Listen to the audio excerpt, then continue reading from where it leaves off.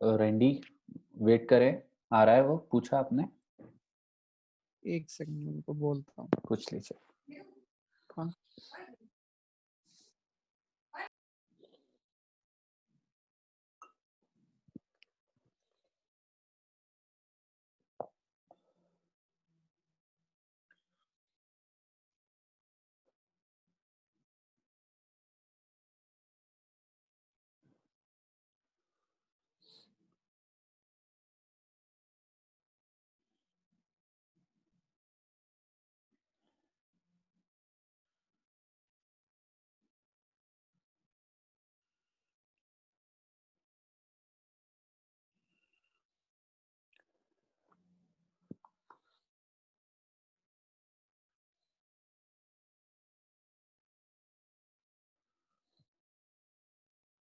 आज का हमारा एजेंडा क्या है? हमारा जो क्रिमिनल पार्ट है, हमारे आपने जो सिलेबस शेयर किया था जिसमें हम क्रिमिनल लायबिलिटी की बात थी, वो वाली चीज हमने मोर और लेस कवर कर ली है। सेक्शन 46 हमने न्यूट्रल रखते हुए उसमें जो एक्टिविटीज बताई हुई हैं उनको ध्यान में रखते हुए, और फिर हम लोगों ने सेक्शन 66, सेक्शन 67 और जो बाकी की एक्टिविटीज थी जो क्रिमिनल उसमें डेफिनेशन में गिरती हैं, वो हमने पढ़ ली थी, इंक्लूडिंग द केसेस जो ऑब्सनिटी पे रिलेवेंट थे। साइबर टेररिज्म का एक केस है जिस पे हम काफी डिस्कस कर रहे थे कि कौन सी चीज साइबर टेररिज्म होगी या नहीं होगी, और what is the essential point जब जो रिक्वायरमेंट्स होती हैं साइबर टेररिज्म के लिए। तो बच्चे, जब हमने सेक्शन पढ़ा था साइबर टेररिज्म वाला, तो आई टोल्ड यू कि साइबर टेररिज्म का जो प्रावधान है वो 3 पार्ट्स में आपको पढ़ना पड़ेगा, ठीक है? सबसे पहला पार्ट तो है उसमें जो एक्टिविटीज दी हुई हैं, स्पेसिफिकली जो एक्टिविटीज दी हुई हैं 3, वो तीनों एक्टिविटीज सेक्शन 46 के अंदर भी पाई जाती हैं। तो पहले तो वो एक्टिविटीज वो होनी चाहिए। दूसरा पॉइंट है मेंसरिया का। ये इस वाले सेक्शन के अंदर साइबर टेररिज्म में प्रोसिक्यूट करने के लिए आपकी मेंसरिया होना बहुत ज्यादा जरूरी है, इंटेंशन का होना बहुत ज्यादा जरूरी है।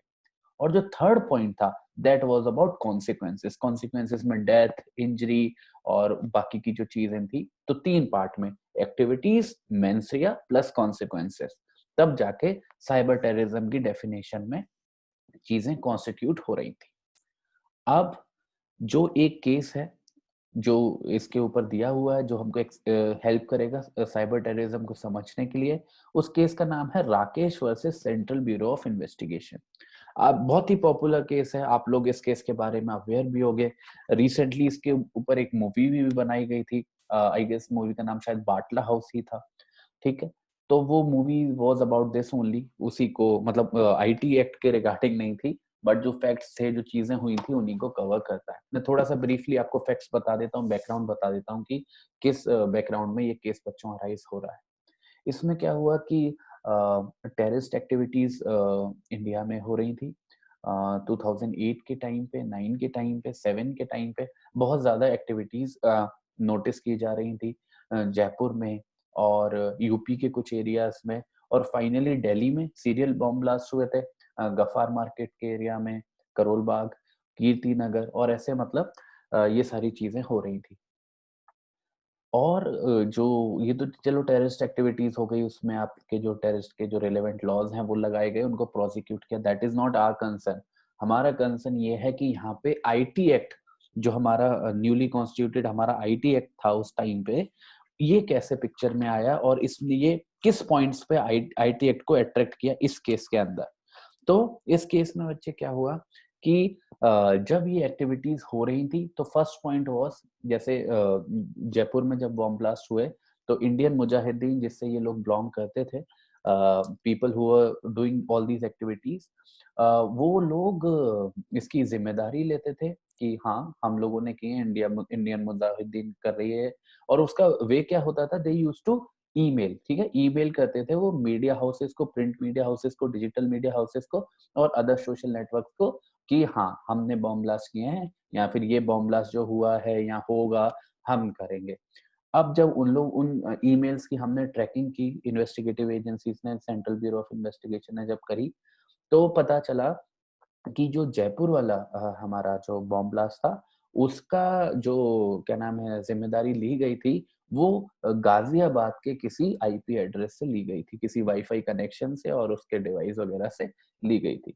और जो दिल्ली बॉम्ब ब्लास्ट का था, वो वाला काम मुंबई से वो ईमेल जनरेट हुआ था, मुंबई के किसी वाईफाई राउटर से और वाईफाई एड्रेस से जनरेट हुआ था। ठीक है, तो अब क्वेश्चन ये आया कि ये जो चीज है, ये जो ईमेल आप भेज रहे हो और ईमेल में आप टेररिस्ट एक्टिविटी की अपनी मतगणना कर रहे हो और उसमें फिर आप उसकी जिम्मेदारी ले रहे हो, what is it cyber terrorism? तो उस ईमेल्स को हम एनालाइज करेंगे और जो भी एक्टिविटी वो इलेक्ट्रॉनिक फॉर्म में कर रहे थे। ईमेल्स को जब देखा गया, उनके कंटेंट्स को देखा गया, खाली आइसोलेशन में नहीं बच्चों, जब उनको हमने इंटर रिलेट भी किया किस चीज से?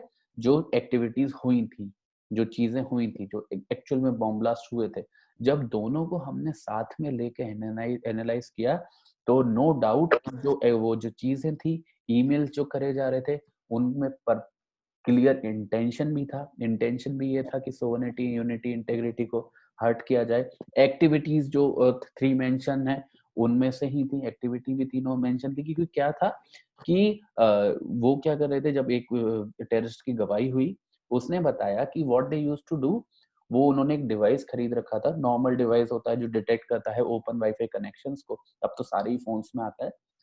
वो एक डिवाइस होता है, काफी स्ट्रांग होता है, जो आसपास जितने भी एग्जिस्टिंग वाईफाई हैं, employer 16 hour or 18 hour उनको ट्रैक करने के लिए आपको हेल्प करता है और कनेक्शन एस्टेब्लिश करने में आपकी हेल्प करता है।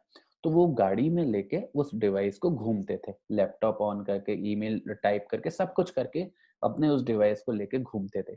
जिनका भी उसको वाईफाई कनेक्शन मिल जाता था ओपन करा हुआ, जिसको भी डिवाइस ब्रेक कर लेता था, एक्सेस कर लेता था, वो उसके थ्रू ईमेल भेज देते थे। ये एक व्यक्ति की गवाही थी। तो वो किसी इस वाले मुंबई वाले केस में जब दिल्ली वाले बॉम्ब ब्लास्ट की जिम्मेदारी ली गई थी, तो वो एक किसी पर्टिकुलर कंपनी का, किसी स्ट्रीट पे उसका ऑफिस था, उसका वाईफाई से सेंड किया गया था। तो ये सब सारी चीजें खुली, तो हमने इसी के एनालिसिस पे डाला कि इंटेंशन का पार्ट तो बिल्कुल था ही था। पर ये जो 66F का, अगर आप ए का सेकंड पार्ट देखोगे एक्टिविटीज में, उसमें देखो अटेम्प्टिंग टू पेनेट्रेट और एक्सेस अ कंप्यूटर रिसोर्स। तो जब वो ये किसी के कंप्यूटर नेटवर्क में घुस रहे थे, किसी के वाईफाई कनेक्शन से वो कनेक्शन ले रहे थे, अपना कनेक्शन एस्टेब्लिश कर रहे थे, उसके नेटवर्क में घुस रहे थे, तो वो एक्टिविटी भी इसमें भी कवर हो गया। और नो डाउट कॉन्सिक्वेंसेस में तो कोई डाउट होना ही नहीं चाहिए। कितने लोगों की डेथ हुई उसकी वजह से, कितना कोहराम मचा पूरे कंट्री में, कितनी सारी चीजें हुई। तो तीनों जो हमारी रिक्वायरमेंट्स हैं साइबर टेररिज्म वाली, as far as these terrorist were concern, जो इसके रिगार्डिंग थे, जिन्होंने ये वाला काम किया था, ईमेल सेंड करने वाला काम किया था, वो सारे के सारे इसके अंदर कवर्ड पाए गए। और इस केस के अंदर with the help of these provisions उन लोगों को प्रोसिक्यूट किया गया फॉर साइबर टेररिज्म। और आपको पता है कि साइबर टेररिज्म का प्रावधान बहुत स्ट्रांग है, लाइफ इम्प्रिजनमेंट तक हो सकता है। तो उनको लाइफ इम्प्रिजनमेंट, नो डाउट, उनको उनके अलावा जो और सेक्शंस लगे हुए थे वो पहले से ही बहुत ज्यादा हैवी थे, बट कंकरेंटली आईटी एक्ट के अंदर भी उनको प्रोसिक्यूट एंड पनिश किया गया। ठीक है, तो आप अपने एग्जामिनेशन में जब इस केस को लिखोगे, तो पहले उसके ईमेल की बात बताओगे, फिर एनालाइज करोगे ये जो ईमेल था जिसके थ्रू जो उनको भेज रहे थे वो मीडिया हाउसेस को, उसको एनालाइज करोगे, इंटेंशन का पार्ट, एक्टिविटी का पार्ट, प्लस कॉन्सिक्वेंसेस का पार्ट। जब तीनों को आप इंडिविजुअली सेटिस्फाई कर लोगे, फिर फाइनली कंक्लूड कर देना that the accused persons were prosecuted under this section or they were punished for life imprisonment to run concurrently with other offenses। ठीक है, किसी का कोई क्वेश्चन है इस केस के रिगार्डिंग? ये कौन से वाला केस था सर? ये Rakesh versus central bureau of investigation, ये साइबर टेररिज्म पे अकेला केस है जो आपके सिलेबस में है। साइबर टेररिज्म बच्चे जो हमने पढ़ा था ना लैंडी, उसी से रिलेटेड है, Rakesh versus central bureau of investigation. ये हमको कल पढ़ना था पर वो कल मिस हो गया था, तो उसको हम आज पढ़ रहे हैं। ठीक है, और किसी को कोई क्वेश्चन रिगार्डिंग फैक्ट्स और रिगार्डिंग एप्लीकेशन ऑफ लॉ इस केस के रिगार्डिंग? वरना हम सिविल लाइबिलिटी पे मूव कर रहे हैं। ठीक है, सिविल लाइबिलिटी। सिविल लाइबिलिटी का जो टॉपिक है, देखो सबको पता है, हमें किसी भी जुडिशियल सिस्टम के अंदर, किसी भी एस्टेब्लिश्ड जुडिशियल सिस्टम के अंदर दो तरीके के ऐसे हम डिफाइन करते हैं, डिमार्केट करते हैं ऑफेंसेस को, ठीक है, सिविल में और क्रिमिनल में। तो क्रिमिनल लाइबिलिटी अभी तक हमने जितने सेक्शन पढ़े उसमें आप देख रहे थे कि सबके अंदर एक पनिशमेंट का, इम्प्रिजनमेंट का प्रावधान था। भले ही मेजोरिटी ऑफ सेक्शन में मैंडेटरी इम्प्रिजनमेंट नहीं था, चॉइस थी, या तो इम्प्रिजनमेंट कर लो या फाइन कर लो या दोनों कर लो, पर स्टिल बिकॉज इम्प्रिजनमेंट का प्रावधान था तो उसमें और वो क्रिमिनल नेचर था उनके सेक्शंस का, तो हमने क्रिमिनल लायबिलिटी पढ़ ली है ऑलरेडी। अब आते हैं सिविल लायबिलिटी पे कि सिविल लायबिलिटी कैसे डिफरेंट है।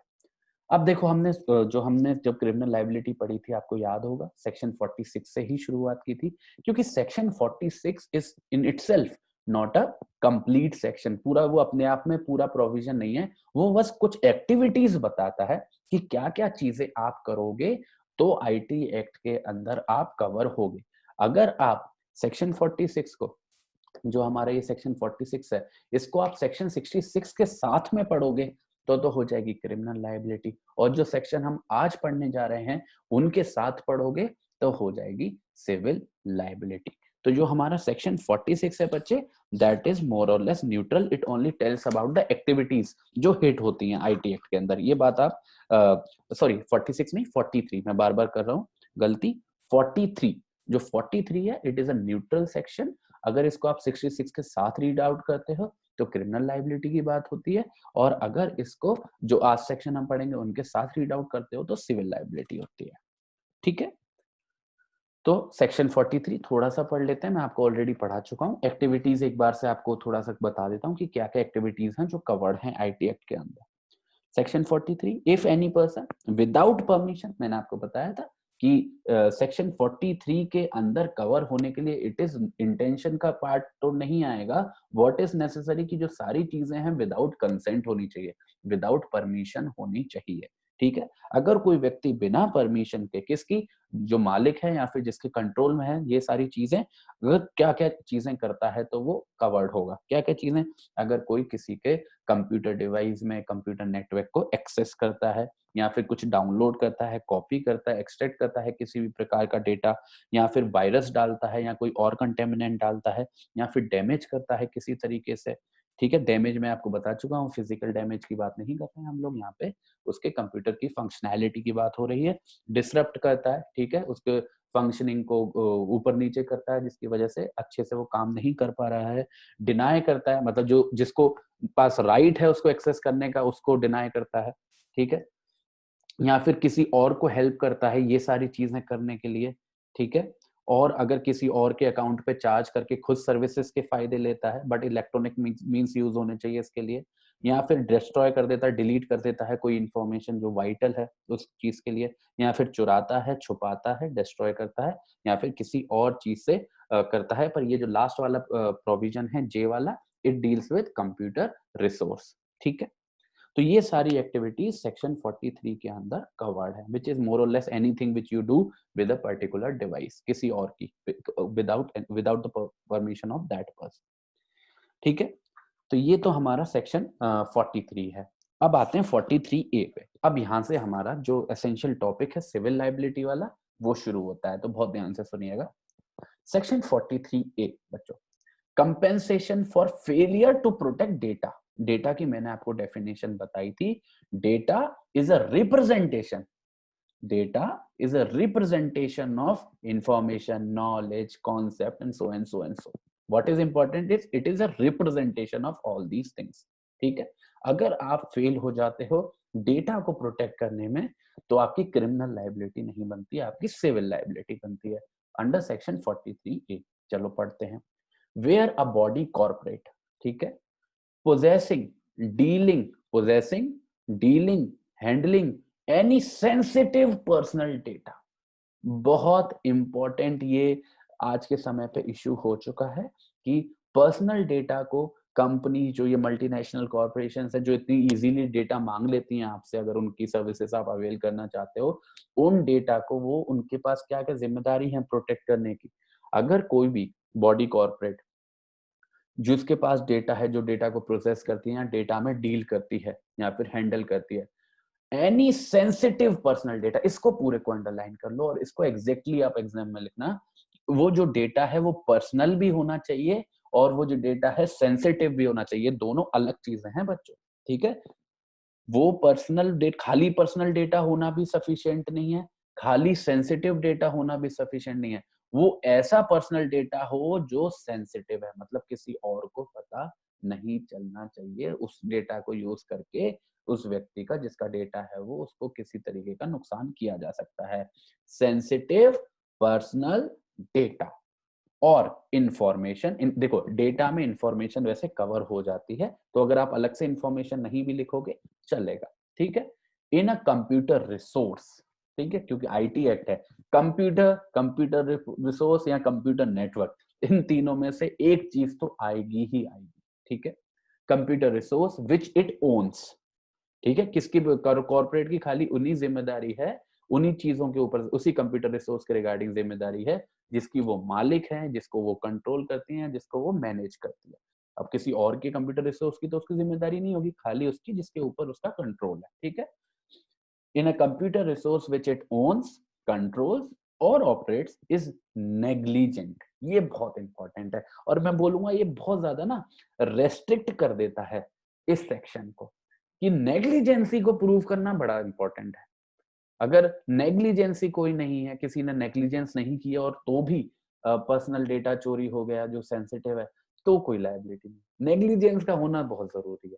तो is negligent in implementing and maintaining reasonable security practices and procedures and thereby causes, this is also important, thereby causes wrongful loss or wrongful gain to any person, ठीक है, किसी को वो फायदा करता है और ऑब्वियसली जिसका वो डेटा है उसको वो नुकसान करता है।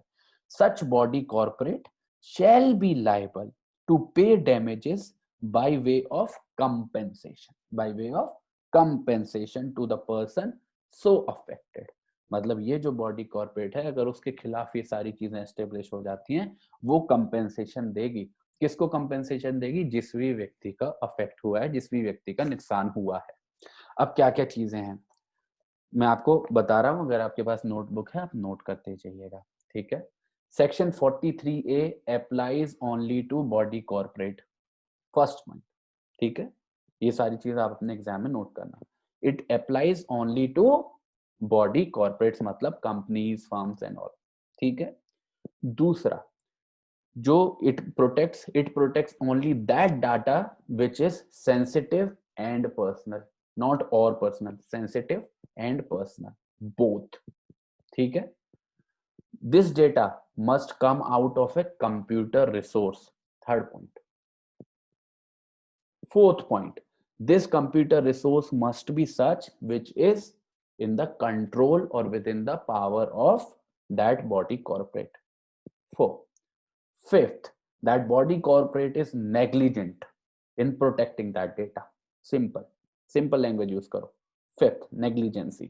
Or finally, after all these five, wrongful gain or wrongful loss to some persons. ठीक है, जब ये छह चीजें को एग्जिस्ट करेंगी तब जाके कंपनी कंपेंसेशन देगी उस व्यक्ति को जिस व्यक्ति का नुकसान हुआ है, नॉट नेसेसरीली वही व्यक्ति जिसका पर्सनल डाटा लीक हुआ है। जो आखिरी में ये नहीं लिखा कि जिस व्यक्ति का डेटा लीक हुआ है उसको कंपेंसेशन देगी, इन मोस्ट केसेस वही व्यक्ति होगा जिसका नुकसान हुआ होगा, बट नॉट नेसेसरीली कंपेंसेशन उसको मिलेगा जिसका नुकसान हुआ है। तो फिर से मैं आपको बता रहा हूं, आपको याद हो जाए, बॉडी कॉर्पोरेट होना जरूरी है। सबसे पहला बॉडी कॉर्पोरेट होना जरूरी है। डेटा जो है वो पर्सनल और सेंसिटिव दोनों होना चाहिए। It must come out of a computer resource. Computer resource ऐसी होनी चाहिए जो कंपनी के कंट्रोल में है। और फाइनली कंपनी नेग्लिजेंट होना चाहिए और रॉन्गफुल गेन और रॉन्गफुल लॉस होना चाहिए, ठीक है। उसके बाद कंपेंसेशन मिलेगा अफेक्टेड पार्टी को, ठीक है। अब कुछ डेफिनेशंस बता रहा है, बहुत क्विकली बताऊंगा क्योंकि आपको पता होनी चाहिए सारी चीजें। Body corporate means any company includes a firm, sole proprietorship or other association of individuals engage in commercial or professional activities, ठीक है। बॉडी कॉर्पोरेट की डेफिनेशन हो गई। Reasonable security practices and procedures, क्योंकि बोल रहे हैं ना कंपनी नेग्लिजेंट है क्योंकि उसने रीजनेबल सिक्योरिटी की प्रैक्टिसेस को फॉलो नहीं किया। तो ये रीजनेबिलिटी का मतलब क्या है? Means security practices and procedures designed to protect such information from unauthorized access. ऐसी मीन्स जो प्रोटेक्ट करते हैं डेटा को, जैसे कि ये एंटीवायरस या बाकी की जो चीजें होती हैं जो कंपनीज एप्लॉय करती हैं, जो सॉफ्टवेयर्स होते हैं जो उनके डेटा को प्रोटेक्ट करते हैं, ठीक है, इंस्क्रिप्शन है, ये सारी चीजें जो हैं वो सारी इस डेफिनेशन में गिरेंगी। और finally most important definition third, sensitive personal data और इंफॉर्मेशन का मतलब क्या है, क्या इंफॉर्मेशन सेंसिटिव है, क्या इंफॉर्मेशन पर्सनल है, वो बता रहा है। सेंसिटिव पर्सनल डेटा और information means such personal information as may be prescribed by the central government in consultation with such professional bodies or associations as it may deem fit. One of the biggest limitations of this entire act, क्यों?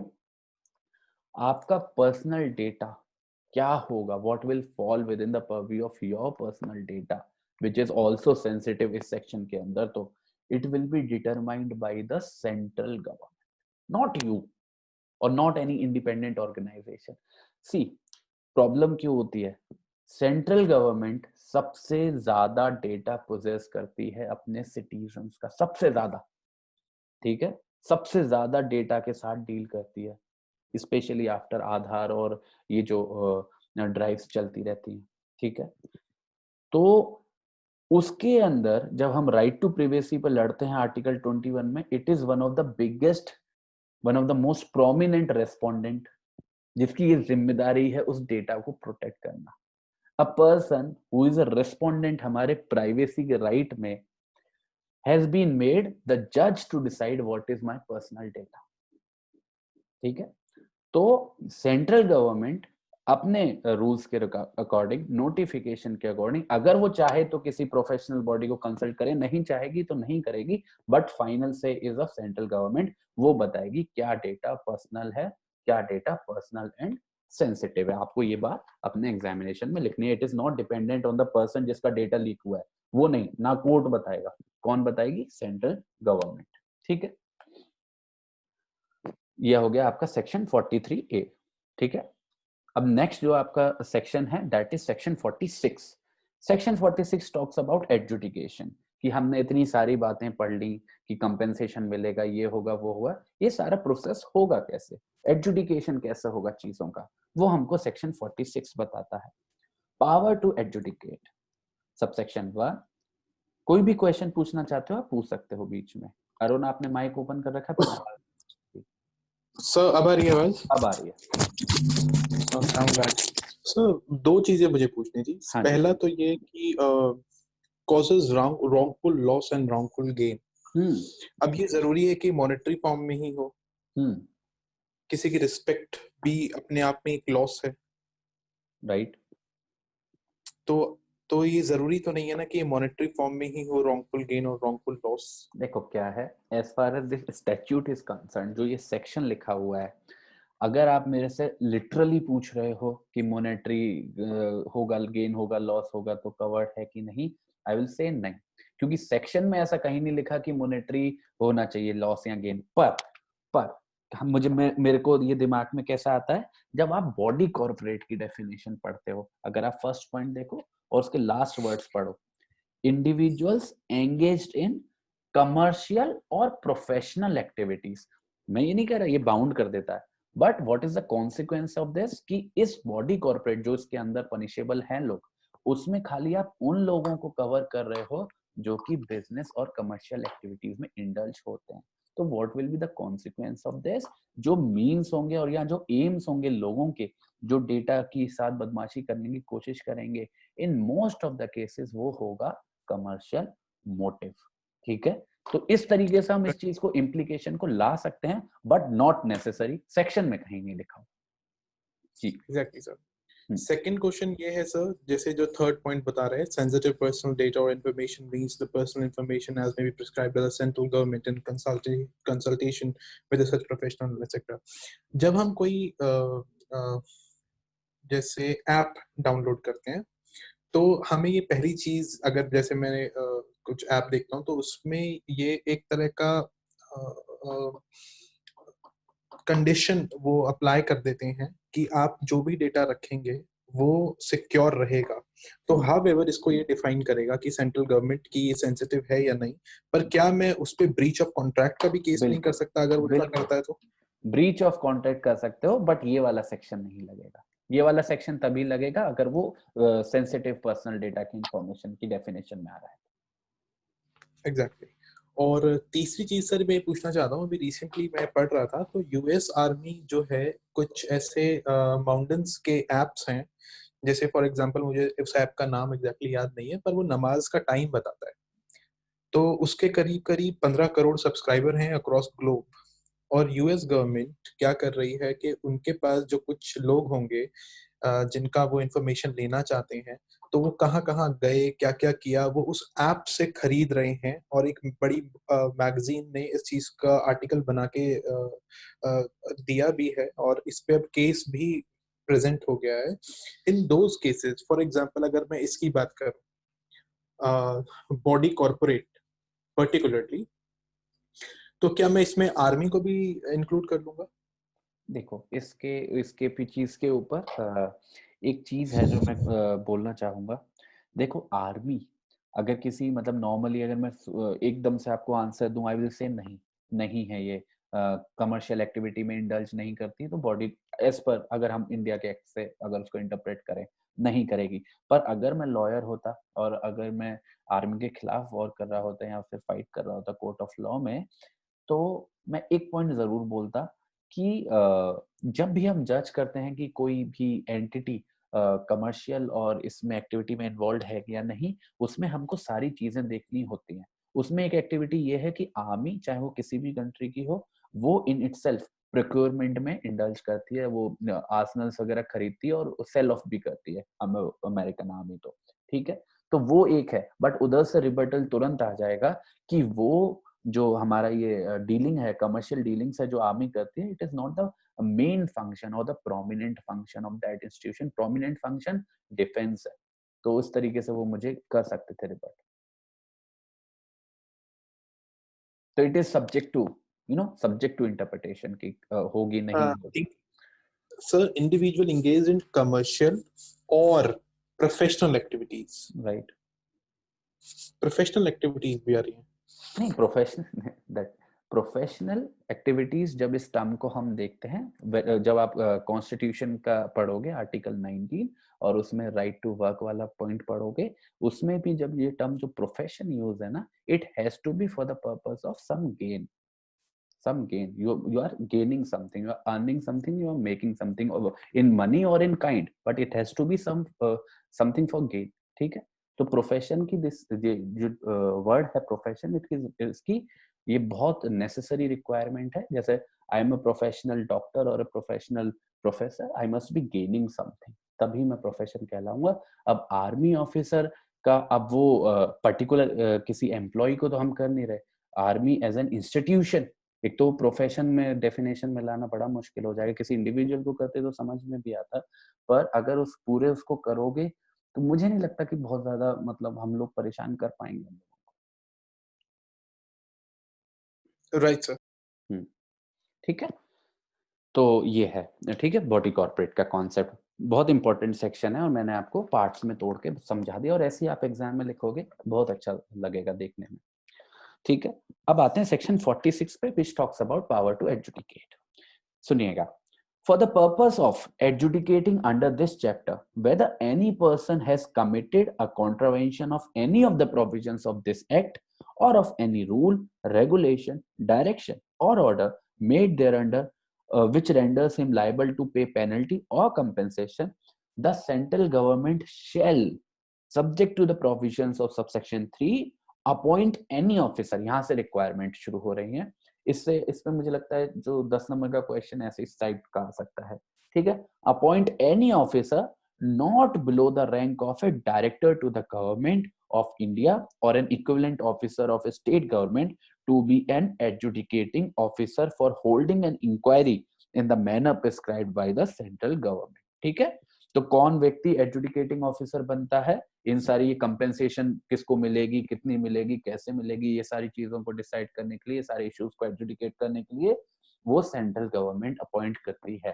First point, central government makes appointment. ठीक है, और उसका जो ओहदा है और उसका जो पोस्ट है वो कैसा होना चाहिए, उसका पोस्ट इक्विवेलेंट होना चाहिए किसके, director to the government of India, या फिर डायरेक्ट उसी का इक्विवेलेंट स्टेट गवर्नमेंट में, ठीक है। उस ओहदे के व्यक्ति को आप एडजुडिकेटिंग ऑफिसर चुन सकते हो, और कौन चुनेगा, सेंट्रल गवर्नमेंट चुनेगी, ठीक है।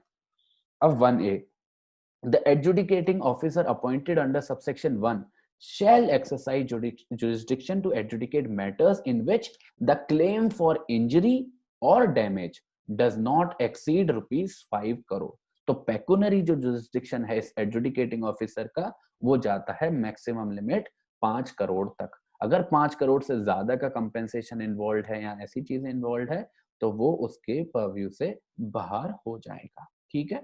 Provided that the jurisdiction in respect of the claim of injury or damage exceeding ₹5 crore shall vest with the competent court। अब ये competent court कौन है, ये भी सेंट्रल गवर्नमेंट डिटरमाइन करेगी कि किस कोर्ट के पास जाएगा व्यक्ति अगर उसका कंपेंसेशन का अमाउंट या क्लेम का अमाउंट 5 करोड़ से क्रॉस हो रहा है, तो वो भी सेंट्रल गवर्नमेंट ही डिटरमाइन करती है। अब आते हैं सबसेक्शन 2 पे।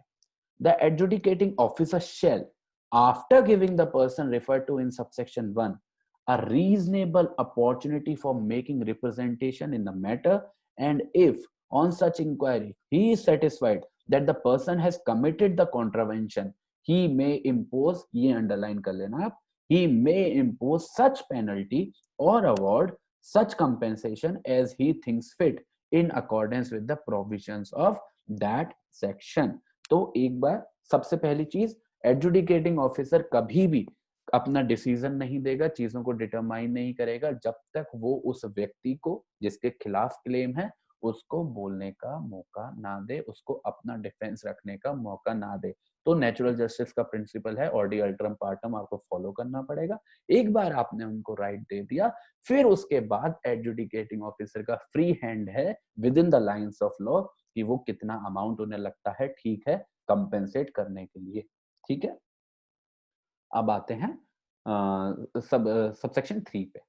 No person shall be appointed as an adjudicating officer unless he possesses such experience in the field of information technology and legal or judicial experience as may be prescribed by the central government। मतलब जिस व्यक्ति को आप adjudicating officer appoint कर रहे हो वो एक एक्सपीरियंस्ड व्यक्ति होना चाहिए और उसका फील्ड ऑफ एक्सपर्टीज होना चाहिए या तो इंफॉर्मेशन टेक्नोलॉजी और उससे रिलेटेड लीगल मैटर्स, या फिर उसका जुडिशियल ऑफिस में थोड़ा बहुत एक्सपीरियंस होना चाहिए। कितना एक्सपीरियंस होना चाहिए वो भी सेंट्रल गवर्नमेंट ही डिटरमाइन करेगी। तो एडजुडिकेटिंग ऑफिसर को होने के लिए आपको क्या क्या चाहिए, एक ऐसा व्यक्ति होना चाहिए जिसका ओहदा वो director to the government of India या director to the state government हो, उसके बराबरी का ओहदा हो, प्लस वो एक्सपीरियंस व्यक्ति हो आईटी के अंदर या फिर लीगल मैटर्स के अंदर, ठीक है। और कितना एक्सपीरियंस होगा सेंट्रल गवर्नमेंट विल डिटरमाइन। अब आ जाओ सबसेक्शन 4 पे। Where more than one adjudicating officers are appointed the central government shall specify by order the matters and the places with respect to which such officers shall exercise their jurisdiction। तो अगर central government चाहे तो एक से ज्यादा adjudicating officers को भी appoint कर सकती है, पर जब वो एक से ज्यादा एडजुडिकेटिंग ऑफिसर्स को अपॉइंट करती है तो सेंट्रल गवर्नमेंट की जिम्मेदारी है कि हर एक एडजुडिकेटिंग ऑफिसर का स्पेसिफिकली जुरिस्डिक्शन बता दे कि वो कहां से कहां तक मैटर देखेगा और किस प्रकार के मैटर देखेगा, तो सबका एरिया अपना स्पेसिफाई हो जाए, कोई कंफ्यूजन रहे ना। और finally subsection 5, every adjudicating officer shall have the powers of a civil court। ठीक है, सारी power regarding summoning, regarding examination, regarding taking of evidence, वो जो सारी पावर्स सीपीसी के अंदर सिविल कोर्ट को दी गई हैं वो सारी पावर एडजुडिकेटिंग ऑफिसर के पास भी होंगी, क्योंकि उनके एब्सेंस में तो वो अपनी ड्यूटीज को कर ही नहीं सकता है, ठीक है। Civil court which are conferred on the appellate tribunal under subsection 2 of section 58, जहां पे एपिलेट ट्राइब्यूनल का डिस्कशन है। पर आपको मैं बता रहा हूँ कि कौन कौन सी मोर और लेस पावर होती हैं। Power to summon, power to examine, power to taking evidence, these are most prominent powers जो किसी भी जुडिशियल और क्वासी जुडिशियल अथॉरिटी के पास होनी चाहिए, in the absence of which they will not be able to exercise their essential functions, ठीक है। And all proceedings before it be deemed to be judicial proceeding within the meaning of IPC shall be deemed to be a civil court for the purposes of section so and so of CRPC shall be deemed to be a civil court for the purpose of order 21. आपको ये सारी चीजें exam में लिखने की जरूरत बहुत ज्यादा नहीं है, बस जो मैंने आपको 3 पावर स्पेसिफाई करी हैं जो कि उनके पास होगी, एडजुडिकेटिंग ऑफिसर के पास होगी, उनको आप स्पेसिफाई कर दोगे, you are well and good to go. ठीक है, तो ये हो गया एडजुडिकेटिंग ऑफिसर की बात। मैं आपको एक बार जस्ट में बता देता हूं, एडजुडिकेटिंग ऑफिसर एक ऐसा व्यक्ति होगा जो क्या नाम है, director to the government of India की पोस्ट के ओहदे के बराबर होगा, या फिर सेम पोस्ट स्टेट गवर्नमेंट के अंदर जो होती है उनके बराबर के ओहदे का होगा। एक्सपीरियंस व्यक्ति होगा, आईटी में एक्सपीरियंस रखता होगा या फिर लीगल मैटर्स में रखता होगा। कितना एक्सपीरियंस रखता होगा सेंट्रल गवर्नमेंट बताएगी। फिर जो बाकी की चीजें हैं वो सुनने का, बोलने का मौका देगा दूसरी पार्टी को। उसके बाद उसका फ्री हैंड है कि वो कितना कंपेंसेशन देना चाहता है, देना भी चाहता है या नहीं देना चाहता है। एंड प्लस अगर एक से ज्यादा adjudicating officer central government appoint करता है, they will also determine their respective jurisdictions और they will also have the power of civil courts regarding essentially regarding power to summon, power to take evidence and power to examine।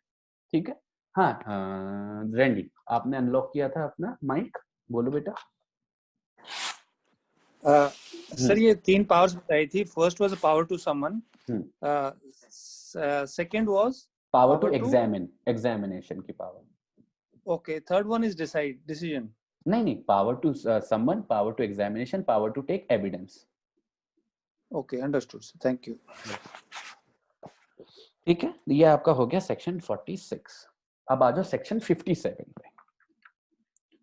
Section 57 वो बात करता है appellate tribunal की। हमने adjudicating officer समझ लिया, अब हम एपीलेट ट्राइब्यूनल समझ लेते हैं।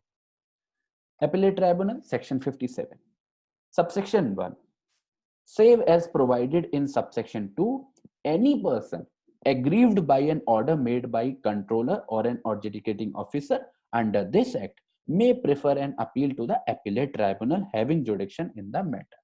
तो मतलब एडजुडिकेटिंग ऑफिसर जिसको हम अभी पढ़ के आ रहे हैं, उनके डिसीजन के खिलाफ अपील कहां पे जाएगी? एपीलेट ट्राइब्यूनल के पास, right.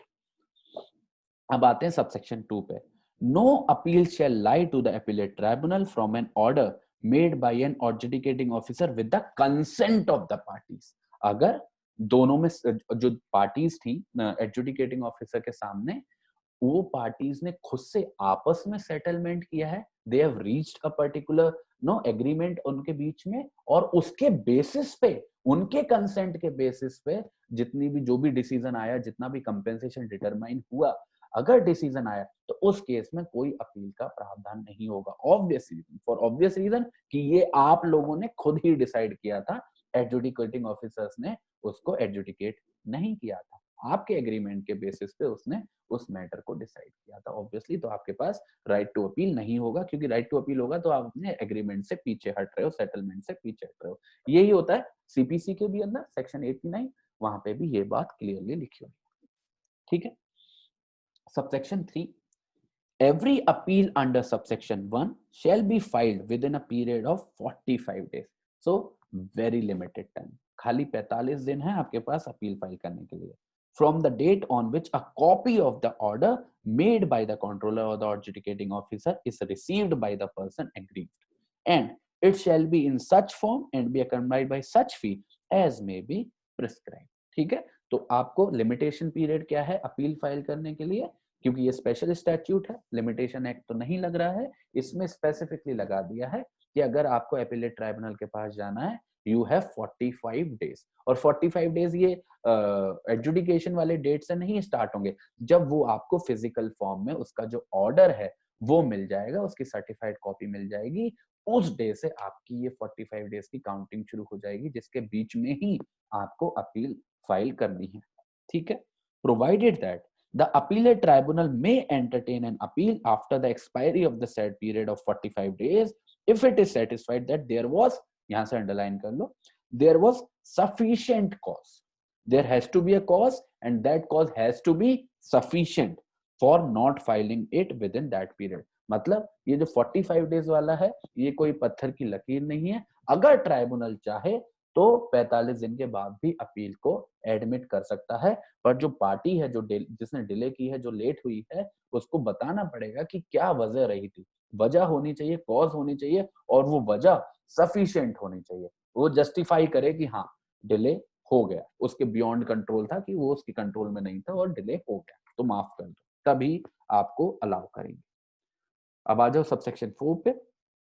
On receipt of an appeal under subsection 1, the appellate tribunal may, after giving the parties to the appeal an opportunity of being heard, pass such orders thereon as it thinks fit, confirming, ये underline करते चलना, confirming, modifying और setting aside the order appealed against। ठीक है, एक बार जब appeal आ गई, appellate tribunal के पास पूरी की पूरी पावर है कि वो पार्टीज को सुनेगी। ऑब्वियसली ऑडी अल्टरम पार्टम का प्रिंसिपल है, पार्टीज को सुनेगी। पार्टीज को सुनने के बाद ट्राइब्यूनल के पास पूरी कंप्लीट पावर है, चाहे तो वो जो एडजुडिकेटिंग ऑफिसर का ऑर्डर था उसको कंफर्म कर दे, कोई बदलाव ना करे, या फिर उसमें कोई चेंजेस करते थोड़े बहुत, या फिर उसको बिल्कुल ही हटा दे और उसकी जगह अपना प्रोनाउंसमेंट दे दे। ठीक है, तो ब्रॉड पावर्स हैं एडजुडिकेटिंग ऑफिसर के बाद। अब आते हैं सबसेक्शन 5 पे। The appellate tribunal shall send a copy of every order made by it to the parties to the appeal and to the concerned controller or adjudicating officer। जब भी कोई अपील डिसाइड करेंगे अपीलेट ट्राइब्यूनल, तो वो parties जो हैं उनको तो अब उसका डिसीजन की कॉपी मिलेगी ही मिलेगी, बट जो हमारे एडजुडिकेटिंग ऑफिसर थे जिनके डिसीजन के खिलाफ अपील आई थी, उनको भी एक कॉपी सर्व करी जाएगी। ठीक है, तो ये प्रोसीजरल है, बहुत ज्यादा इसमें दिमाग लगाना नहीं है आपको। अब आते हैं सबसेक्शन 6 पे। The appeal filed before the appellate tribunal under subsection 1 shall be dealt with it by it as, ये इसको अंडरलाइन करो, as expeditiously as possible, and endeavor shall be made by it to dispose the appeal finally within 6 months from the date of the receipt of the appeal। तो एक जिम्मेदारी सौंपी गई है appellate tribunal को कि आपको कोशिश करनी है कि जितना जल्दी हो सके इस अपील का आप डिसीजन दे दो, इसको ज्यादा डिले मत करो, ज्यादा डेट्स मत लगाओ, ज्यादा एडजॉर्नमेंट्स मत दो, जितना जल्दी हो सके इसको डिसाइड करो, और मैक्सिमम से मैक्सिमम 6 महीने के अंदर किसी भी अपील को आप डिस्पोज ऑफ कर दो। ठीक है, तो डिले वाली चीज को इग्नोर करने की कोशिश करी गई है अंडर सेक्शन 57। ये बच्चे सेक्शन 57 था, मैं आपको एक बार में 2 मिनट में बता देता हूं कि क्या इसका जिस्ट है। पहली बात, जो एडजुडिकेटिंग ऑफिसर है उसके डिसीजंस के खिलाफ आप अपील में आओगे अपीलेट ट्राइब्यूनल के पास। ठीक है, पहली चीज, ये जो अपीलेट ट्राइब्यूनल है इसके पास आपको अपील में विद इन 45 डेज आना होगा, और 45 डेज से अगर डिले होती है तो आपको रीजनेबल कॉज दिखानी होगी, तभी कोर्ट अलाउ करेगा। अपीलेट ट्राइब्यूनल की बहुत ब्रॉड पावर्स हैं, ये पार्टीज को सुनेगा और उसके बाद अगर ये चाहे तो नीचे वाले डिसीजन को अफर्म कर सकता है, उसमें चेंजेस कर सकता है, या फिर हटा के अपना नया प्रोनाउंसमेंट सुना सकता है। फोर्थ पॉइंट कि अपीलेट ट्राइब्यूनल के पास एक बहुत बड़ी जिम्मेदारी दी गई है कि वो डिले ना करे और कोशिश करे कि जल्दी से जल्दी अपील को सॉल्व किया जाए, और मैक्सिमम 6 मंथ्स के अंदर अपील्स को डिस्पोज ऑफ किया जाए। तो दिस इज द जिस्ट जब भी आप अपीलेट ट्राइब्यूनल के बारे में अपना आंसर लिखोगे। ठीक है, अब फाइनली जो लास्ट सेक्शन है हमारा सिविल लायबिलिटी का, दैट इज सेक्शन 67C।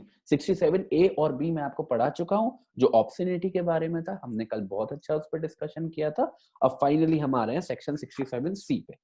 ठीक है, preservation and retention of information by इंटरमीडिएरीज।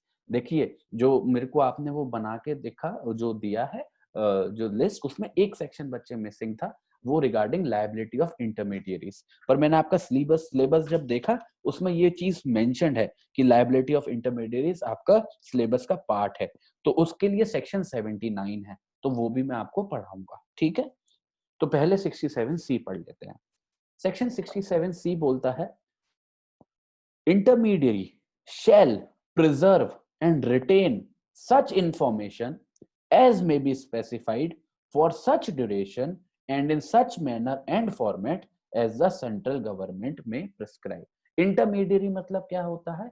intermediary मतलब ऐसी इंस्टीट्यूशन है, ऐसा प्लेटफॉर्म है जिसको आप यूज करते हो टू कन्वे योर थिंग्स, जो कि एक मिडिल पाथ एक बफर जोन का फॉर्म पार्ट कॉन्स्टिट्यूट करता है between your things and the expression of your views and all. ठीक है, तो एक ये इंटरमीडियरी जो होते हैं ये इनकी बहुत बड़ी जिम्मेदारी होती है।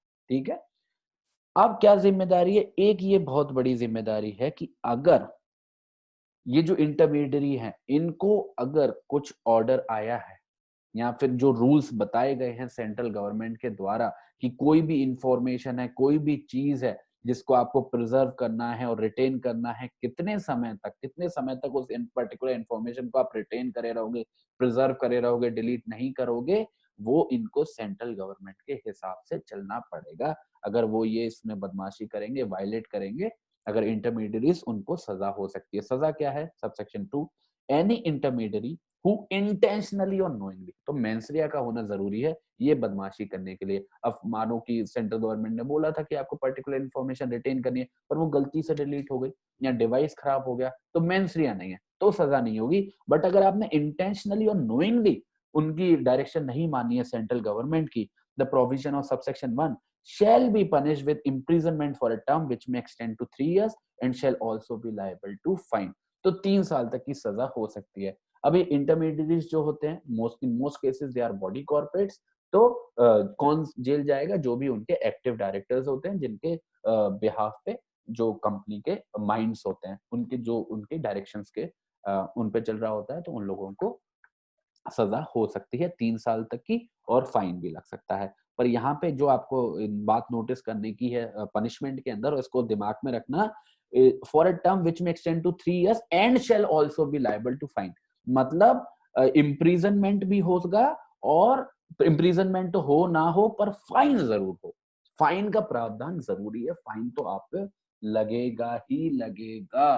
ठीक है, 3 साल तक का, अगर आप ये नहीं मत मान लेना कि अगर डायरेक्टर को जेल भेज दिया तो कोई फाइन नहीं लगेगा, जेल भी जाओगे आप, जो भी इम्प्रिजनमेंट का पीरियड डिसाइड होगा, प्लस फाइन भी दोगे ही दोगे। अभी तक जितने सेक्शन हमने पहले पढ़े थे उसमें क्या था, हो सकता है आपको खाली सजा मिले, हो सकता है आपको खाली फाइन मिले, हो सकता है दोनों मिले, बट यहाँ पे मैंडेटरी कर दिया है कि दोनों ही देने पड़ेंगे, सजा भी दोगे, क्योंकि डायरेक्टर्स को जिसने डिसीजन लिया था वो वाला, उसको तो आप जेल में भेज के सजा दे दोगे, कंपनी को कैसे सजा दोगे? उस पर फाइन लगा के।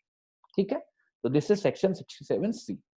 अब फाइनली वेरी इंपॉर्टेंट और बहुत बड़ा बोन ऑफ कंटेंशन है आजकल के टाइम पे, इंटरमीडिएट्स की जिम्मेदारी, खास करके यूएस में। आप देखते रहते होगे कोर्ट प्रोसीडिंग्स वगैरह, कैसे क्वेश्चंस आते हैं, क्या क्या चीजें होती हैं, तो उसी से थोड़ा रिगार्डिंग है कि इंटरमीडिएट्स की जिम्मेदारी क्या होनी चाहिए, कितनी होनी चाहिए, क्योंकि इंडिया में भी बहुत आज के समय में थोड़ा सा चल रहा है, थोड़े से इश्यूज आए हैं। रेड्डी कुछ बोलना चाहते हो? सर ये इंटरमीडिएट्स का कोई लाइव एग्जांपल दे सकते हैं सर? फेसबुक, कौन होते हैं ये? आपका इंस्टाग्राम, आपका व्हाट्सएप, और क्या बताऊं, टिकटॉक, या जो भी आपको एप्लीकेशन पसंद हो, सब इंटरमीडिएट। ठीक है, thank you sir. Welcome. Section 79, exemption from liability of intermediary in certain cases, मतलब इसका सेक्शन की लैंग्वेज देखो कि इस सेक्शन की इंटेंशन यही है कि किसी सर्टेन केसेस में ये जो इंटरमीडियरीज हैं इनकी लायबिलिटी को वो एग्जेम्प्ट कर रहा है, हटा रहा है। कब कब इंटरमीडियरीज लायबल नहीं होंगे ये बता रहा है ये सेक्शन, ये नहीं बता रहा कब कब लायबल होंगे, ये बता रहा है कब कब नहीं होंगे। अब आते हैं सबसेक्शन 1 पे। Notwithstanding anything contained in any law for the time being in force, but subject to the provision of subsection 2 and 3, and अब यहां से, an intermediary shall not be liable for any third party information, for any third party information, data or communication link made available or hosted by him। मतलब कोई भी intermediary, जो भी मैंने अभी एग्जांपल लिए, आपके दिमाग में जो भी एग्जांपल आए आप ले सकते हो, कोई भी इंटरमीडियरी किसी भी थर्ड पार्टी की इंफॉर्मेशन के लिए लायबल नहीं होगा। अगर मैं कुछ डाल रहा हूं इस इंटरमीडियरी के प्लेटफॉर्म पे तो इंटरमीडियरी लायबल नहीं होगा। ठीक है, तो किसी भी थर्ड पार्टी इंटरवेंशन के लिए, किसी भी थर्ड पार्टी डेटा या इंफॉर्मेशन के लिए जो प्लेटफॉर्म वाले हैं, जो आपको प्लेटफॉर्म दे रहे हैं, वो लायबल नहीं होंगे। This is a very very big statement, ठीक है। अब इसमें कुछ इफ एंड बट्स लगेंगे सबसेक्शन 2 के अंदर। The provisions of subsection 1 shall apply if, ये वाला जो एग्जाम्पशन बताया कि थर्ड पार्टी इंफॉर्मेशन के लिए लायबल नहीं होगा इंटरमीडियरीज, ये तब ही अप्लाई होगा जब ये कंडीशन आप सेटिस्फाई करोगे। क्या क्या कंडीशन है? A, the function of the intermediary is limited to providing access to a communication system over which information made available by third party is transmitted or temporarily stored or hosted।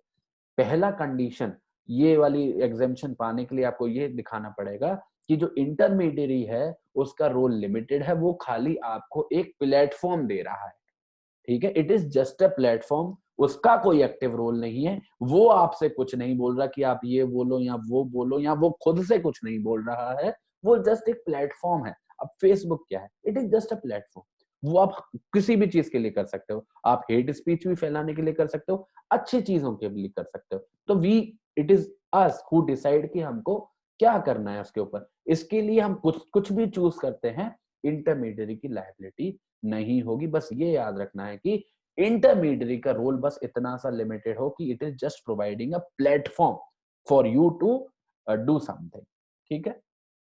B, the intermediary does not initiate the transmission. ये जो भी चीज है, जो भी offensive है या जो भी चीज के आप ऑब्जेक्शन ले रहे हो, उसने उसको इनिशिएट नहीं किया है। अगर वो खुद ही इनिशिएट कर रही है तो ऑब्वियसली वो लायबल होगी। यहाँ पे तो वो न्यूट्रल नहीं रह पाई ना, यहाँ पे तो खाली प्लेटफॉर्म नहीं बड़ा मेंटेन कर रही है, यहाँ पे तो इनिशिएट कर रही है समथिंग। तो अगर वो इनिशिएट करती है transmission, no. Select the receiver of transmission, this is very very contentious. India में भी जो, इनफैक्ट दिल्ली में भी जो स्टेट असेंबली ने जो बुलाया था फेसबुक के ऑफिशियल्स को, और सेंट्रल गवर्नमेंट भी जो कर रही है, आप उनकी चीजों को नोटिस करो और देखो कि ये जो सेकंड पॉइंट है कि वो अगर इंटरमीडियरी जो प्लेटफॉर्म प्रोवाइड कर रहा है, अगर वो सेलेक्ट कर रहा है कि जो आप लिख रहे हो वो किन लोगों तक पहुंचेगा, या जो चीज आप शेयर कर रहे हो या जो भी इनपुट आप दे रहे हो वो किन लोगों पे पहुंचेगा। भले ही आप उसको वो इनिशिएट नहीं कर रहे, भले ही वो बता नहीं रहे कि आप करो ऐसा, पर अगर वो चूज कर रहे हैं कि किस पे पहुंचेगा, तो दे आर लायबल। आपको एक मैं बहुत अच्छा ऑब्जर्वेशन देता हूँ, आपने कभी नोटिस किया होगा। हाँ अरुण, कुछ बोलना चाहते हो तो बोल लो। सर मैं जानना चाहता हूँ कि जो चूज करने वाली आपने पर्टिकुलरली क्विंटेसेंशियली जब ये टर्म यूज करा है, ये अपने अगेंस्ट भी होता है? अपने अगेंस्ट मतलब? फॉर एग्जांपल कई बार क्या होता है कि मैं गूगल पे लिखता हूँ जब को मुझे कुछ खरीदना होता है कि ब्लैकबेरी शूज, और फिर देखता हूँ फिर कुछ अच्छा नहीं लगता तो बंद कर देता हूँ। मेरे पास वही ऐड फेसबुक पे आता है, इंस्टा पे आता है, या कोई और सोशल वेबसाइट यूज करता हूँ, वही शूज के ऐड आने लगते हैं। राइट, वही। तो ये वो क्या, ये चीज बिल्कुल, हाँ ये चीज बिल्कुल हिट है, पर ये ऑफेंसिव नहीं होगी, इस पे किसी का कोई ऑब्जेक्शन नहीं होगा। पर यहाँ पे आपको ऑब्जेक्शन हो सकता है कि मेरे को, और ये लोग बोलते हैं कि पता नहीं कुछ एक टर्मिनोलॉजी होती है, मेरे प्रोफेसर यूज करते थे बहुत प्रोमिनेंटली बाबर, साइबर स्टॉकिंग और समथिंग, आई डोंट नो। पर वो इस बिजनेस एस्पेक्ट में ही था कि आप कुछ फ्लिपकार्ट पे सर्च कर लो, अगर वही जीमेल अकाउंट आपने फ्लिपकार्ट पे डाल रखा है और फेसबुक पे चला रखा है तो वो आपको दिखाते रहेंगे, फोन ही दिखाते रहेंगे पूरे दिन बार। आप सैंडल डाल दो, सैंडल दिखाते रहेंगे। सो कोई एक टर्म था, मेरे को याद आ जाएगा 15-20 मिनट में तो मैं आपको बताऊंगा, बहुत इंटरेस्टिंग टर्म है, तो यूज कर लेना आप एग्जाम में। तो हाँ, दैट इज ऑल्सो रॉन्ग, पर उस चीज से आपको परेशानी होगी। पर जो ज्यादातर जो इंटरमीडियरी की लाइबिलिटी पे जब क्वेश्चन उठते हैं, ज्यादातर ऐसे लोग होते हैं जो रिसिपिएंट है उस चीज के। जैसे मैंने कुछ बोला, किसी को पसंद नहीं आया, तो वो लोग ऑब्जेक्शन उठाते हैं कि अच्छा इंटरमीडियरी भी लायबल है। तो इसमें आप एक चीज याद रखना, अगर इंटरमीडियरी चूज कर रहा है, और it is not only about Flipkart, it is not only about Amazon और गूगल। आपको मैं एक बहुत अच्छा ट्रेंड बताता हूँ। आप देखो फेसबुक यूज करते होगे, ठीक है। अब हाँ, सबके थोड़े से पॉलिटिकल एफिलिएशंस होते हैं, सोशल एफिलिएशंस होते हैं, रिलीजियस एफिलिएशंस होते हैं। आप देखना, बहुत ध्यान से ऑब्जर्व करना अपनी एक्टिविटी फॉर 15 डेज, 15 डेज देना उसको एक्टिव होने के लिए। अगर अभी तक आप पॉलिटिकली न्यूट्रल रहे हो अपने फेसबुक अकाउंट पे, आप देखना, अगर किसी ने कोई पोस्ट करी है, उसके कुछ कंटेंट्स है, वो बंदे में उसकी कोई organization, it is just an individual like you and me, for example उसने प्रो बीजेपी पोस्ट करी है, प्रो लेफ्टिस्ट करी है, प्रो जेएनयू करी है, व्हाटएवर इश्यूज जो इंडिया में आज के टाइम पे गर्म, आप उसको लाइक करना, ठीक है, आपने उसको लाइक किया, ऐसा आप 2 3 4 बार ऐसा करना किसी एक ही साइड का, जो आप एक ही फॉर्मल नेचर, आप देखना कुछ दिनों में अपनी तरफ से अमेजोन आपका फेसबुक कुछ आर्टिकल्स के फॉर्म में आपसे शेयर करने लगेगा, that they will specifically portraying the same ideas जो आपने उस पोस्ट पे लाइक करे हैं। जैसी जो व्यूज थे उस व्यक्ति के जिसको आपने लाइक किया, उसको सेम चीज को अफर्म करता हुआ एक आर्टिकल आपके सामने आ जाएगा, नॉट ओनली वन। फिर वो उसको भी अगर जैसे आया आपके सामने, उसमें एक लाइन लिखी होगी, अगर आपने उसको खोला तो ऑब्वियसली किसी वेबसाइट पे आपको ले जाएगा, तो आपका पॉजिटिव रिस्पॉन्स आया, फिर आप पे फ्लड आ जाएगा आपके उस पर उसी चीज का, तो आपको एक ही चीज बताते रहेंगे, एक ही चीज बताते रहेंगे। This is what happens. तो it is on not only limited to business thing. ये तो इसका मतलब क्या है, मुझे जो कंक्लूजन लगता है और मैं इस पे काफी सोचता हूँ कि इसका मतलब ये है कि ये जो पोस्ट है दे एक्चुअली एनालाइज इट, क्योंकि मार्क जुकरबर्ग का सबसे बड़ा डिफेंस यूएस में भी सुप्रीम कोर्ट के सामने यही था कि इतना इमेंस डेटा है, we are not capable of reading each and everything और we are trying our best. पर जब आप ये देखते हो कि उस पोस्ट से जो ओपिनियन से रिलेटेड आर्टिकल्स आपके साथ रिसर्च किए जा रहे हैं, that means they are actually reading it, they actually know कि इस पोस्ट के अंदर लिखा क्या था, what was it that I liked. जो मुझे, उनको तो ज्यादा से ज्यादा डेटा को यूज करना है, तो वो उसी रिगार्डिंग शेयर कर रहे हैं। तो एक ये चीज है जो मेरे दिमाग में आती है। ठीक है, किसी को कुछ बोलना है? सर मैं ये तो बिल्कुल मान रहा हूँ जो आपने मुझे बोला, इसके ऊपर अभी फेसबुक के ऊपर केस भी हुआ था और फेसबुक में फिर सफाई भी दी थी। सर मैं आपसे एक क्वेश्चन जानना चाह रहा था, जो 66F है, punishment for the cyber terrorism, इसका जो सेक्शन ए है, कैपिटल ए, और फिर है कैपिटल बी, इसके दो पार्ट्स में, तो क्या capital B is associated, like capital A और कैपिटल बी को हम इंडिपेंडेंटली पढ़ सकते हैं ना? मतलब कैपिटल ए और कैपिटल बी को इंडिविजुअल अलग अलग इंडिपेंडेंटली भी पढ़ सकते हैं ना हम? हाँ, पढ़ सकते हो बिल्कुल। सर मैं एक छोटी सी चीज पूछना चाह रहा था इसमें, सेक्शन कैपिटल बी स्टार्ट होता है, नोइंग और intentionally penetrates or access a computer resource without authorization or exceeding authorized access and by mean of such conduct obtain access to information or whatever, जो भी हम आगे देखते हैं इसमें। फॉर एग्जांपल अगर मैं एक एड है या फिर मैं कोई चीज खरीदना चाहता हूँ, से कार खरीदना चाहता हूँ, ये मेरे साथ बहुत होता है और मैंने इसको बहुत नोटिस भी करा था। और कुछ टाइम पहले मैं गाड़ी खरीदने की सोच रहा था, तो जो मेरा बजट था वो थोड़ा सा कम था, 3-4 लाख रुपीस, तो मैंने सोचा OLX पे देख लेता हूँ। जब मैं OLX पे डालता हूँ तो वही चीज मुझे गूगल पे ऐड आती है। अब क्या मैं इसको यूज कर सकता हूँ कि नोइंगली और intentionally they are trying to access the mobile phone is also a computer, जो कोर्ट के एक जजमेंट में मैंने पढ़ा था कि दे हैव, जो आप ही ने अभी हमें पढ़ाया था कि जो मोबाइल है वो कंप्यूटर ही है। तो क्या मैं 66 का जो कैपिटल बी है, नोइंग और इंटेंशनली पेनिट्रेट और access the computer resource without authorization और एक्सीड द ऑथराइज्ड एक्सेस, मैं इसको इस सेक्शन में अप्लाई कर सकता हूँ कि without authorization they are trying, वो मेरे ऑथराइजेशन के बिना मेरे एक्सेस कर रहे हैं मेरे मोबाइल डिवाइस को और इस तरह इन्फ्लुएंस कर रहे हैं मेरी फेवरेटिज्म को या मेरी चॉइसेस को?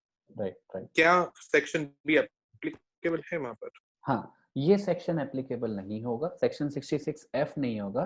रीजन भी क्योंकि मैंने आपको बताया था 3 पॉइंट है, 3 चीजें। एक्टिविटी जो आपने बताई वो कवर्ड है, this activity is also covered under section 43। ठीक है, आवाज मेरी आ रही है ना? डिस्टरबेंस तो नहीं आ रहा? हाँ, तो एक्टिविटीज कवर्ड है, एक्टिविटीज हमारी आ रहा है सर, आ रहा है डिस्टरबेंस। हाँ, डिस्टरबेंस आ रहा है, जस्ट अ सेकंड। अब क्लियर आ रही है नाउ? Yes sir. ठीक है, तो जब साइबर टेररिज्म में आना है तो आपको 3 चीजें दिखानी होती हैं। इंटेंशन वाला पार्ट, चलो एक बार को आप इंटेंशन में सक्सेसफुल हो जाओ, एक्टिविटी भी हो जाओ, पर जो फाइनल वाला पार्ट है ना, कि वो जो death, injury, security to the state और वो सोवर्निटी और इंटेग्रिटी, वो बी के अंदर भी आप थोड़ा सा नीचे आओगे तो वो सारी चीजें लिखी हुई है, against the interest of the sovereignty and integrity of India, security of the state. तो ये जो चीजें हैं वो इंडिविजुअली आपको परेशान कर रही हैं, पर वो सिक्योरिटी ऑफ द स्टेट या मतलब पैन इंडिया नहीं होगी। पर आपके पास ये नहीं कि आप एक्शन नहीं ले सकते। यहाँ आप कहाँ पे एक्शन लोगे? Section 43 read with section 43A आप ले सकते हो, क्योंकि आपने जब OLX पे सर्च किया या गूगल पे सर्च किया, दैट इज योर डेटा। अगर वो चीज फेसबुक पे दिखा रहा है या इंस्टा पे दिखा रहा है, that means Google is sharing your personal data to Facebook और दी अदर प्लेटफॉर्म जिस पे भी वो चीज दिखा रहा है। तो यहाँ पे आप उस चीज को लेके आ सकते हैं, ठीक है। तो ये चीज हो सकती है, पर यहाँ पे वही वाला टेस्ट आएगा, क्योंकि मैंने बताया ना बहुत ज्यादा हाई स्टैंडर्ड रख रखा है। पर्सनल भी होना चाहिए डेटा, सेंसिटिव भी होना चाहिए। अब फॉर एग्जांपल आपको कोई आपको नहीं, कोई फॉर एग्जांपल कोई एक्स पर्सन है, उसको कोई फॉर एग्जांपल कोई बहुत ही वैसी बीमारी है, ठीक है, जो शेयर नहीं की जा सकती, उसके रिगार्डिंग अगर वो गूगल पे सर्च करता है फॉर एग्जांपल, या फिर किसी डॉक्टर वाली ऐप आ गई है आज, उस पर चीज सर्च करता है। अब सोचो वो उसकी फेसबुक पे दिखाने लगे या फिर किसी और प्लेटफॉर्म पे दिखाने लगे, उसके जीमेल पे मैसेजेस आने लगे उसके रिगार्डिंग, जो कि उसने सॉलिसिट नहीं करे। दिस में सेटिस्फाई दिस, ठीक है, क्योंकि वो पर्सनल भी होगी, सेंसिटिव भी होगी। बड़ा मुश्किल हो जाएगा सेंट्रल गवर्नमेंट के लिए बोलना कि ये सेंसिटिव नहीं है। गाड़ी वाड़ी में वो डॉज कर जाएंगे, पता है, पर्सनल बात पर नहीं करेंगे, वो करेंगे सेंसिटिव नहीं है। ठीक है, थोड़ी क्लैरिटी है।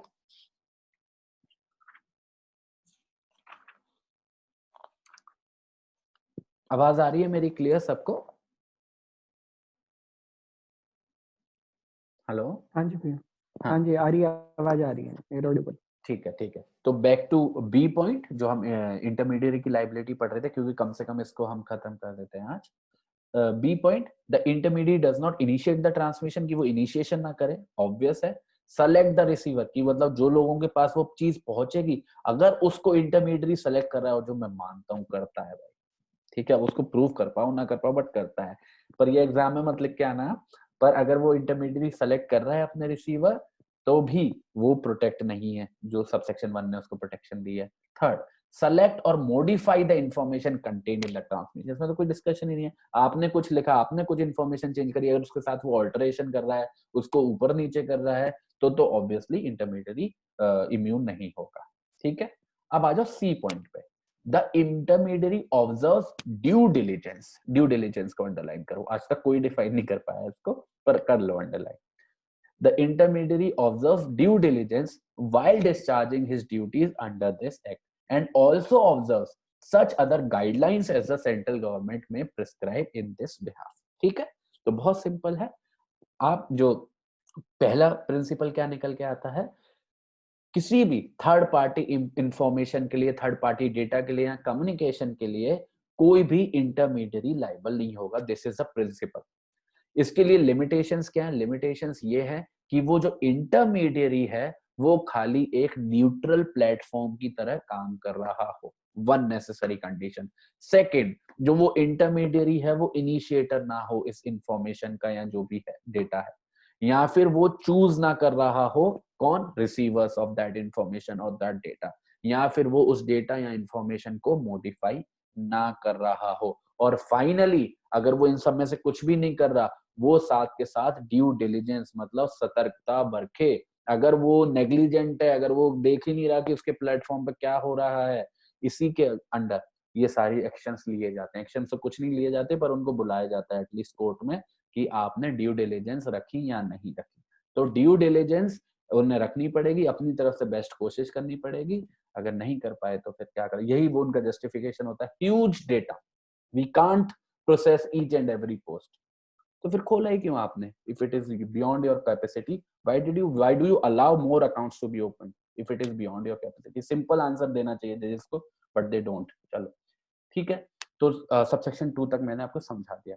अब आते हैं सबसेक्शन 3 पे, लास्ट सबसेक्शन है हमारा, और इसके बाद हमारा आज का क्लास खत्म हो जाएगा। ठीक है, the provisions of subsection 1 shall not apply, वही exemption वाली बात, shall not apply if the intermediary has conspired or abetted or aided or induced, whether by threats or promise or otherwise, in the commission of the unlawful act।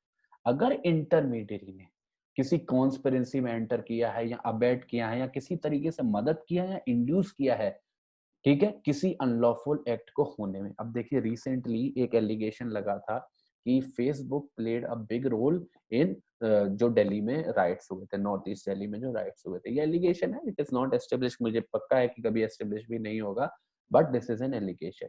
अगर वो allegation, अगर आप चाहो, अगर आप एक्ट के अंदर उसको प्लेस करना चाहो, तो ए पॉइंट उसके लिए बहुत अच्छा है।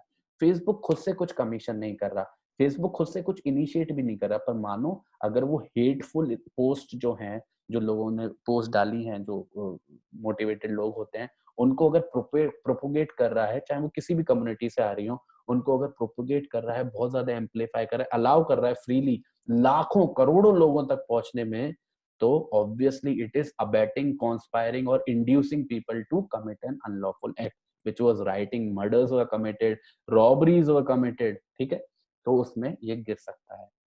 अब आते हैं बी पे।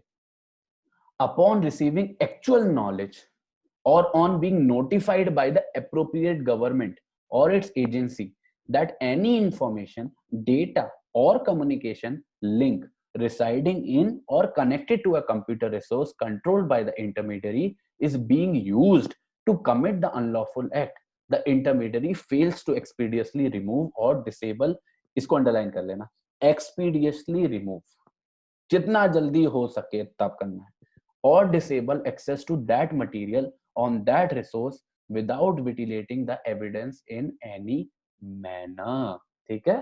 तो ये सेकंड पॉइंट है कि वही सारी चीजें हो रही हैं, अगर कोई चीज हो रही है जो इंसाइट कर सकता है वायलेंस उसके प्लेटफॉर्म पे, और अगर गवर्नमेंट उसको बोलती है कि ये चीज है जो गड़बड़ कर सकती है सोसाइटी के अंदर, प्लीज स्टॉप इट और इसको डिलीट करो, उसको हटाओ, तो उसको इंटरमीडिएट को अगर ये एक्चुअल नॉलेज हो गई, ठीक है, एक्चुअल, देखो टर्म, देखो देखो सेक्शन के पीछे की इंटेंशन को जाओ, कितना हार्ड बना रहे हैं किसी भी इंटरमीडिएट को प्रोसिक्यूट करना, ठीक है। एक्चुअल नॉलेज, ये आपने आज तक किसी एक्ट, किसी सेक्शन में नहीं पढ़ा होगा ये term, actual knowledge. What is actual knowledge? Knowledge तो सुना है, नॉलेज मतलब पता होना, व्हाट इज एक्चुअल नॉलेज? और एक्चुअल नॉलेज के अलावा दूसरी नॉलेज कौन सी होती है? ठीक है, एक्चुअल नॉलेज का पता है इंटेंशन क्या है, क्या कोर्ट में कंटेंशन होती है? Actual knowledge only those knowledge जब ऑफिशियल डेटा, ऑफिशियल लेटर आता है गवर्नमेंट से या ऑफिशियल ऑर्डर आता है, तब हम करेंगे प्रॉबिट। अगर हमें खुद से पता है ना कि हमारी इस पोस्ट की वजह से राइटिंग हो रही है, तो हम नहीं हटाएंगे, हम इंतजार करेंगे कि सरकार हमारे पास ऑर्डर भेजे, तब हमको एक्चुअल नॉलेज होगी। हमें ऐसे नॉलेज नहीं हो रही देखते हुए कि हजारों लाखों लोग मर रहे हैं, उससे नॉलेज नहीं हो रही, हमें ऑफिशियल ऑर्डर चाहिए, उससे एक्चुअल नॉलेज होगी, और उस एक्चुअल नॉलेज को पाने के बाद हम जल्दी से जल्दी कोशिश करेंगे उस चीज को रोकने की, और अगर हम नहीं कर पाए, जो वैसा कभी होता नहीं है, तो हमको सजा होगी, वरना हम लोग प्रोटेक्टेड हैं अंडर सबसेक्शन 1 के अंदर, ठीक है। तो this is what it is कि अगर एक्चुअल नॉलेज आ गई है, गवर्नमेंट ने बोल दी है, तो इंटरमीडियरी की जिम्मेदारी है उसको जल्दी से जल्दी नैप करे उस चीज को जो कर सकती है नुकसान सोसाइटी का, और अगर वो ऐसा नहीं करती है तो ये वाली प्रोटेक्शन उसको नहीं मिले, ठीक है। आ जाओ एक्सप्लेनेशन, लास्ट पार्ट है इसका। For the purposes of this section, the expression third party information means any information dealt with by an intermediary in his capacity as an intermediary। मतलब थर्ड पार्टी इंफॉर्मेशन वो सारी information है जिसमें वो intermediary एक neutral role play करता है, खाली इंटरमीडियरी होने का मतलब जो मैं, आप जैसे लोग, आपकी या मेरे जैसी ऑर्गेनाइजेशन है जो चीजें डालती हैं, वो सारी थर्ड पार्टी इंफॉर्मेशन होती है जिसका इंटरमीडियरी से कोई लेना देना नहीं था। अब फेसबुक खुद से कोई एड चलाता है, वो थर्ड पार्टी इंफॉर्मेशन नहीं, कोई एडवर्टीजमेंट आ रहा है फेसबुक का या फिर जो भी चीज अगर फेसबुक खुद से करा, that is not third party information. Third party information is someone else, वो उसमें पुट कर रहा है और इंटरमीडियरी का उससे कोई लेना देना नहीं है। तो जल्दी से मैं आपको कंक्लूड कर देता हूँ ये वाला सेक्शन का क्या इंटेंट है, क्या चीजें हैं। सेक्शन 79 खाली कानून की नजर से, ठीक है, मेरे व्यूज आप साइड में हटा दो, खाली कानून की नजर से क्या है। सबसे पहला प्रिंसिपल, किसी भी थर्ड पार्टी इंफॉर्मेशन, नॉलेज या शेयरिंग के लिए इंटरमीडियरी लायबल नहीं होगा। This is the first thing that you right in your examination, ठीक है। Second, but this immunity is based on certain conditions. क्या क्या कंडीशंस हैं? पहला कंडीशन, जो इंटरमीडियरी हो वो एक न्यूट्रल प्लेटफॉर्म हो, ठीक है। It is just working as an intermediary, it is just a platform which allows others to participate in it, ठीक है। तो एक न्यूट्रल प्लेटफॉर्म देना चाहिए। Second, very important, intermediary must not be the initiator of any activity. जिसकी वजह से नुकसान हुआ है। थर्ड, जो इंटरमीडियरी है वो चूज ना करे रिसीवर, इस पे मैंने आपको बताया इट इज वेरी इंपॉर्टेंट कि वो रिसीवर चूज ना करे that who are the people who are going to receive that information, very very important. और थर्ड और फोर्थ वेरी इंपॉर्टेंट क्या था, एक सेकंड, फोर्थ दैट वो किस इंफॉर्मेशन को, जो इंफॉर्मेशन जो भी चीज पुट करी गई है थर्ड पार्टी के द्वारा, उसमें कोई भी बदलाव या कोई मॉडिफिकेशन नहीं कर रहा है। चार, और फाइनली जो वो इंटरमीडियरी है वो अपनी पूरी ड्यू डिलिजेंस फॉलो कर रहा है, किसी भी तरीके से नेग्लिजेंट नहीं है अपनी ड्यूटीज को निभाने के लिए, और सेंट्रल गवर्नमेंट ने जो रूल्स रेगुलेशन बनाए हैं उनको फॉलो कर रहा है। अब 5 हो गए। छठवा कि जो हमारी इंटरमीडियरी है वो किसी भी तरीके से एक्टिव पार्टिसिपेशन नहीं कर रहा है, ना ही कॉन्स्पायर करने में, ना ही अबैट करने में, ना ही एड करने में, ना इंड्यूस करने में, जिसकी वजह से कोई अनलॉफुल एक्ट होता है। ठीक है। और फाइनली जब भी अगर ऐसा कुछ हो रहा है, ऐसा कुछ हो सकता है, और सेंट्रल गवर्नमेंट उसको actual knowledge, so called actual knowledge provide कर देती है इंटरमीडियरी को, तो इंटरमीडियरी को जल्दी से जल्दी, ठीक है, जितना जल्दी हो सके, the term used is I told you the term agency expeditiously, जल्दी से जल्दी उसको चीज को हटाना है, और अगर वो फेल होती है तो ये प्रोटेक्शन नहीं लगेगी। दीज आर द 7 थिंग्स जो आपको आंसर में अपने लिखनी है और आपको बहुत अच्छे मार्क्स मिल जाएंगे। किसी का कोई क्वेश्चन है इस सेक्शन के रिगार्डिंग?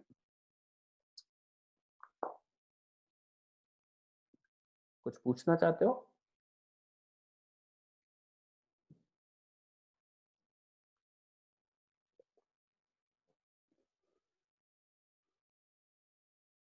पक्का?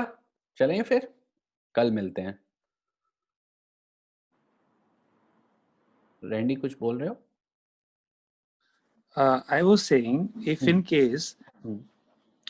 say for example, we use a Google account for emailing, ठीक है।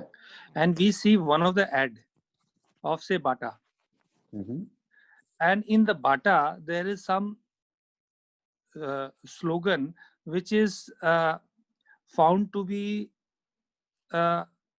in contravention to the government policies. ठीक है। Now, who will be liable for this act? Will it be Bata, or the Gmail, or the person who has put it?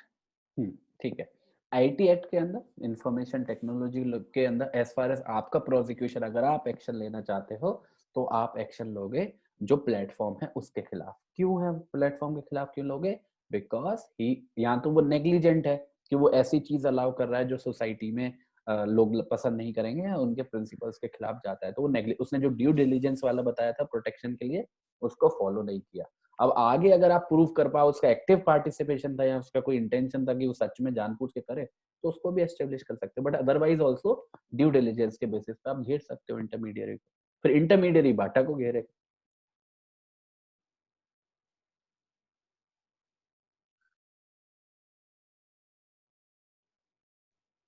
ठीक है Randy, answer मिला आपको?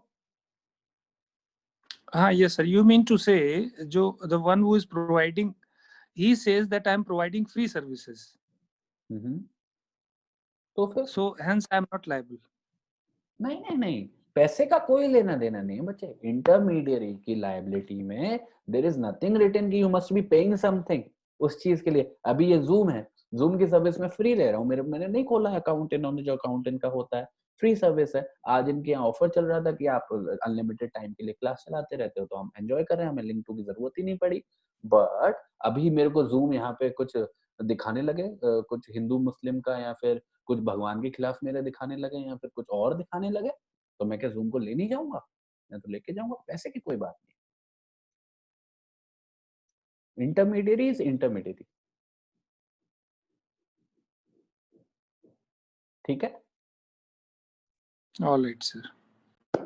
और कोई क्वेश्चन इंटरमीडियरी से related? इससे क्वेश्चन आएगा, इसलिए मैं बैठा हुआ हूँ आपके लिए, क्योंकि हमारा टाइम निकल चुका है, तब भी बैठा हूँ कि कोई कुछ पूछना तो नहीं है, क्योंकि कल हम केसेस करेंगे बस।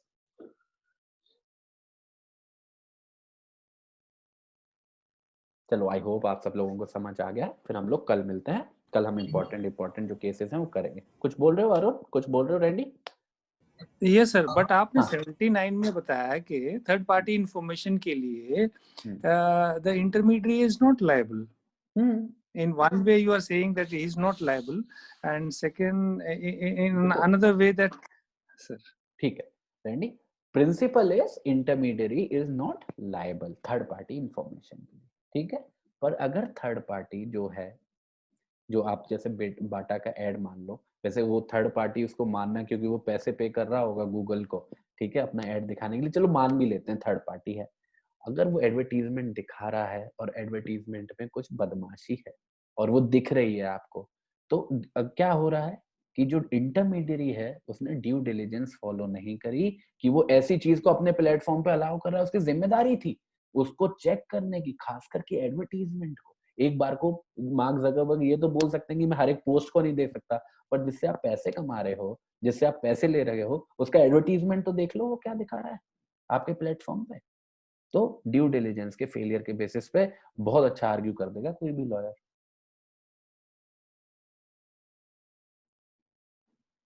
ठीक है sir, thank you sir. Welcome.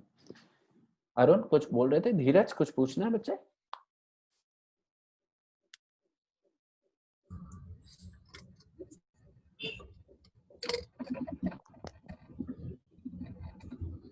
आवाज तो नहीं आ रही अरुण, वैसे कुछ बोल रहे थे तो चलो फिर हम लोग कल मिलते हैं, ठीक है. कल अपना अगर कुछ क्वेश्चन है तो आप कल पूछ लेना, कल हम लोग डिस्कशन अपना कंटिन्यू रखेंगे, ठीक है. चलो बाय.